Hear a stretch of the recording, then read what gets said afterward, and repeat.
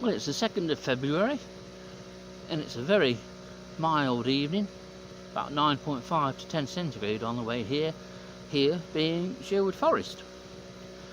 It's time to get the light switched on.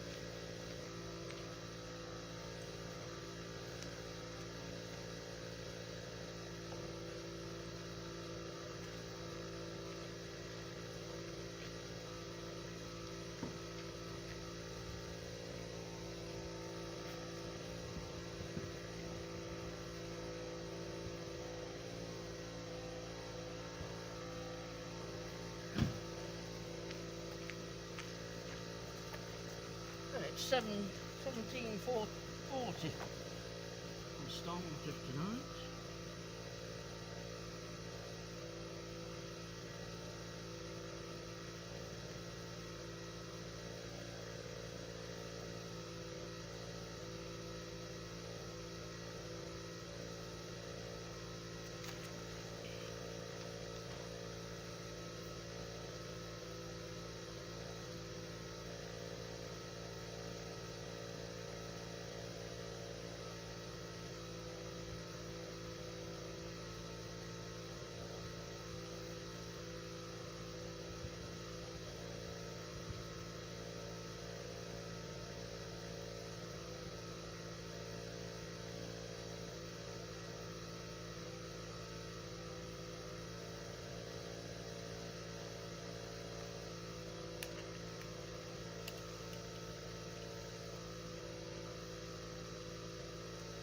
The first moth is in.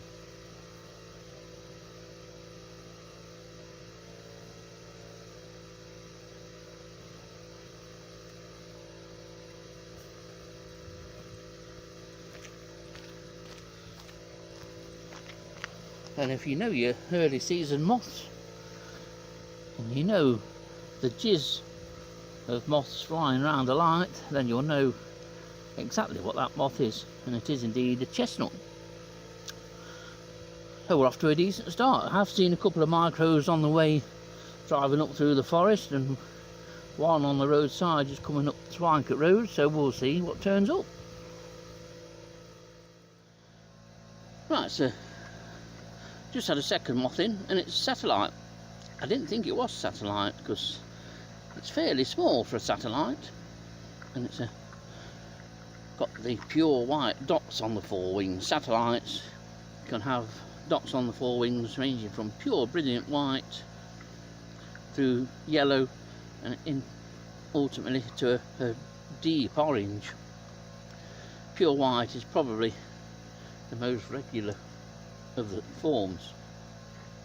Now this evening, as I say, I'm trapping in the Sherwood Forest Country Park, and I'll drop a map in here to show you the exact location.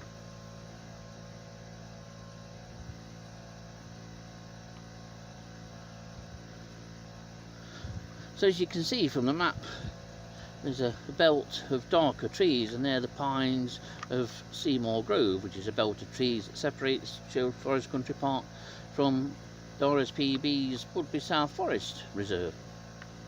And it's a site that Dillis and myself trapped at a couple of times, obviously many years ago now, and this is at the V of a junction. It's right in the middle of Sherwood Forest Country Park's glowworm area. So, 2 moths in. Nice to get 2 species out of 2 moths. So we'll wait the first pale brindled beauty. It'll be interesting to see how many spring ushers we'll get tonight. Our best area for spring ushers within the Sherwood Forest Country Park was down by the dump area. And we did well on one particular night. So it'll be interesting to see how many turn up tonight, because I don't think that the population of spring usher is consistent across the site. But we'll see, might not catch one.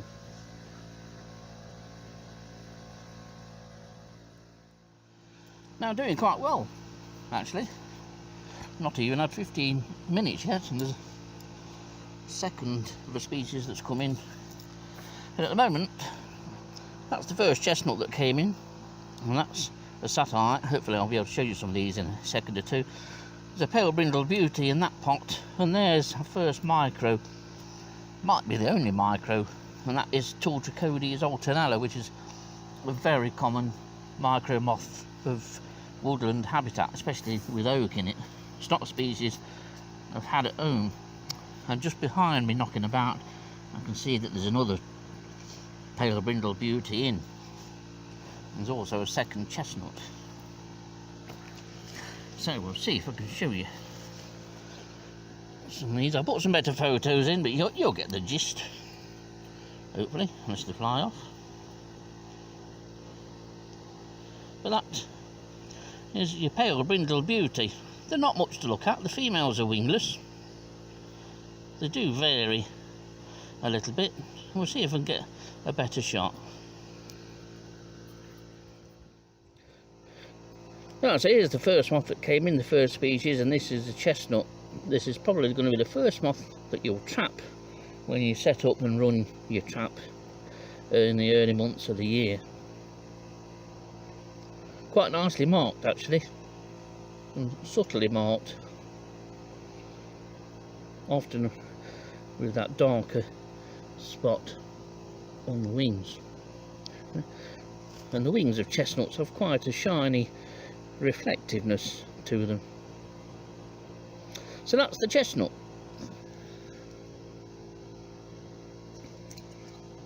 What else is in? Well, this is a nice example of satellite, and you can see on this example clearly why satellite got its name. Moths are brilliantly named.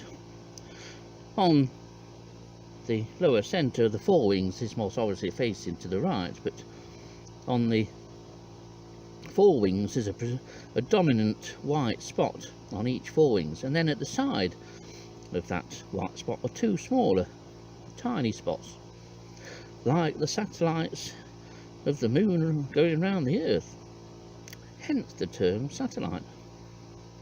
At least that's how I'm presuming it got its name. Don't trust me.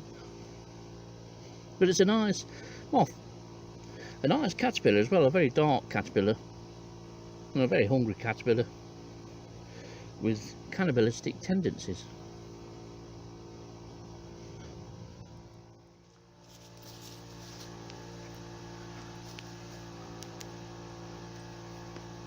So we're doing well, and there is a moth here which looks, I haven't had a quick look at it, but it looks like a male small quaker,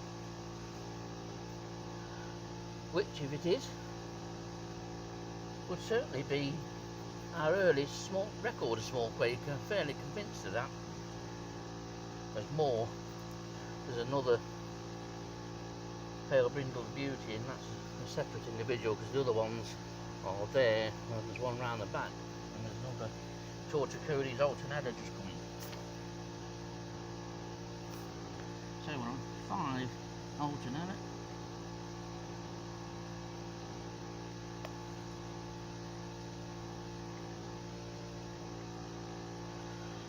And in here, I'll drop a photo in of this one. This is an Eclaris. Now there's 2 potential species that it could be, and in Sherwood, Eclaris natana is the dominant one of the 2. But you do also get Eclaris ferragana, but I will drop a photo in of this. Here comes another pale brindled beauty just coming in.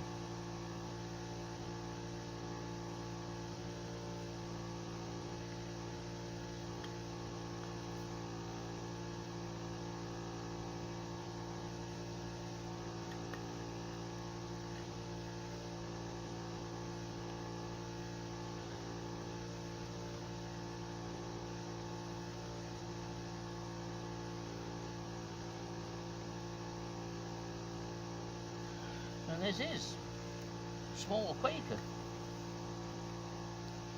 And I'll drop a photo in of all these moths, a decent photo, so you get a better idea of what they're like. But for a noctuid, which Small Quaker is, these are small.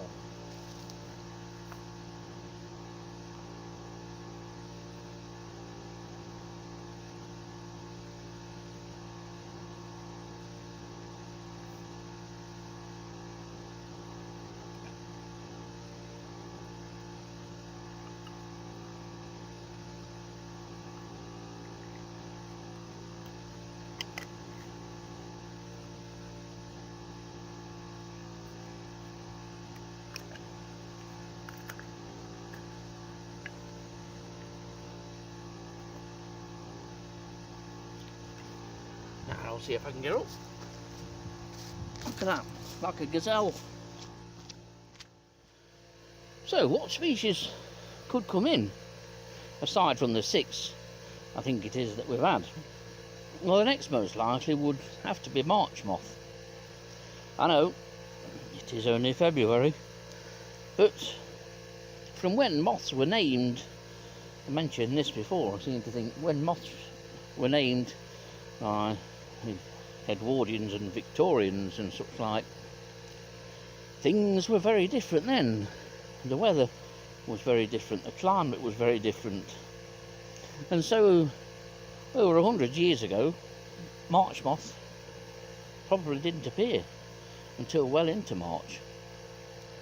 There's a pale brindled beauty, just, it might appear to the bottom right of your screen, it's just working its way through the leaflet towards the light.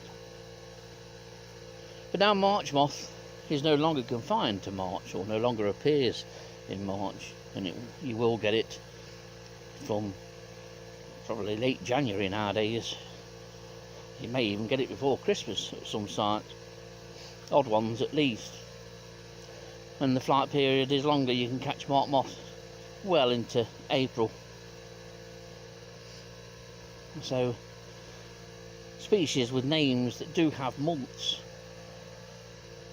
contained within that name, or making up the part of the name, are probably the only moths that aren't accurately named or descriptively named.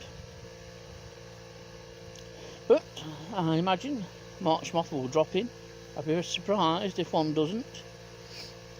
I'm trying to think of what else. Common quakers are possible. We've had an early small quaker, so an early common quaker is distinctly possible. On the micro front, I'm surprised one hasn't come in yet, but Agonopteryx heracleana, there's 2 very similar moths, and you have to look at the hind wings or the genitalia to determine the 2 species, but it's Agonopteryx heracleana and Agonopteryx ciliella. Here at Sherwood, and most sites that Dillis and myself have trapped, it's Agonopteryx heracleana which is the predominant species. There's a couple of other Agonopteryx that may well turn up.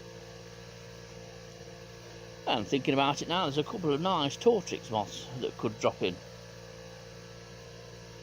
Here we go again. It's one of the beauties of moth trapping, same as fishing. You don't know exactly what you're going to catch. You can set out to catch certain species, but there's always that element of surprise. Right, that's enough waffling. Time for a cup of tea. And the first of the spring ushers has come in. As with a lot of moths, some moths don't come thudded in straight to the light. A lot of your geometrids, like this species here, spring usher and pale brindled beauty that we've had in tonight, will often flutter around. They can often be seen 10 yards up the path, and then gradually they'll work their way either by walking or fluttering or both. So, species number 6, we're doing well.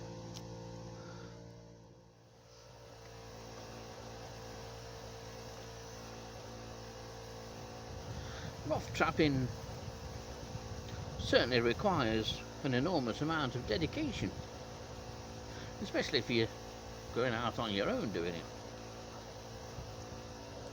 It is, to all intents, very much an antisocial pastime. Not everybody's idea of fun or a cup of tea.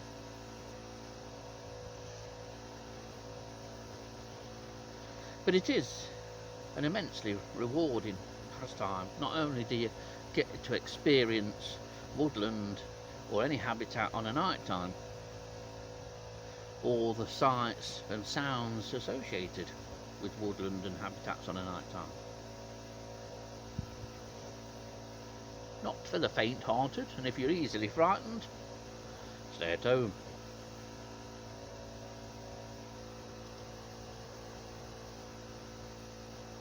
But over a number of weeks or months and years, you eventually begin to accumulate quite a species list.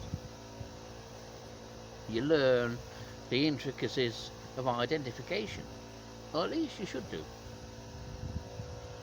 There's a lot of help out there, especially with Facebook now, and when Dillis was alive and myself, we helped countless others with identifications, and indeed I still would do. And it's quite interesting because when you first sort of make a connection with people, or they approach you to help with identifications, and their identifications are obviously extremely limited, but over years, if they stick to the hobby, and with encouragement and people helping with identifications, they're more likely to stick to the hobby, to continue with it. If you don't, or the more experienced trappers don't give their help freely, people's yearning for learning, really, I suppose, dwindles. Everybody needs help in this interest. Although saying that, Dillis himself didn't get a deal of help, but over a period of time we developed our identification skills and ultimately were able to help countless others. And as I say, you can see people's ability change over the course of a number of years. Some eventually go on to become very adept at being able to identify species themselves. Others remain useless. I'm kidding.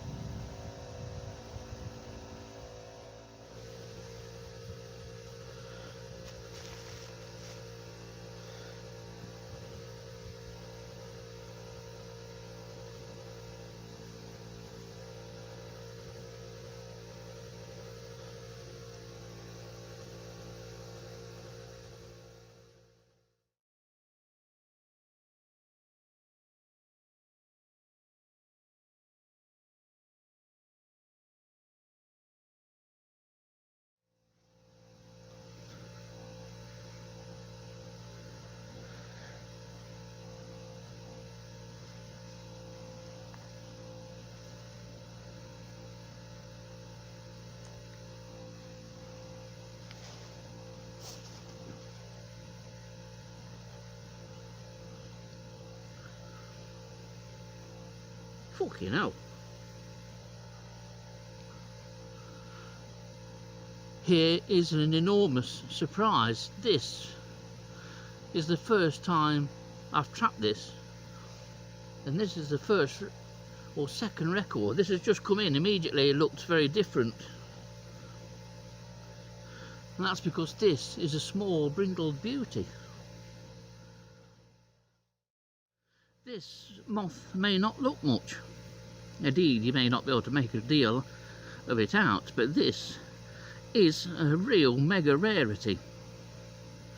This Small Brindled Beauty is an extremely rare moth in Nottinghamshire, and it's totally restricted to the Sherwood forest area.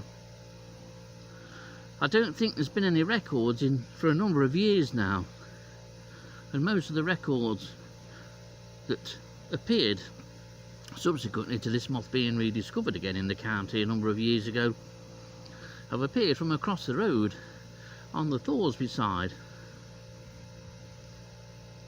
This is a new species for me.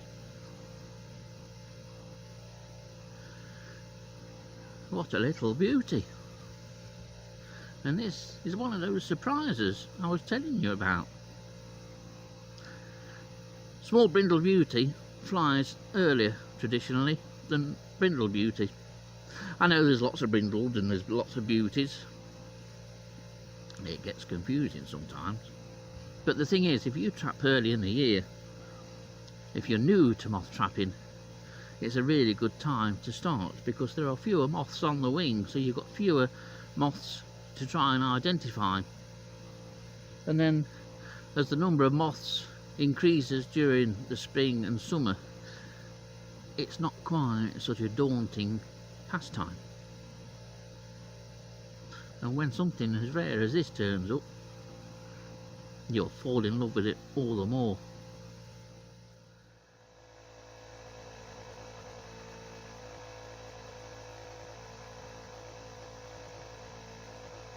It's a very pleasant evening.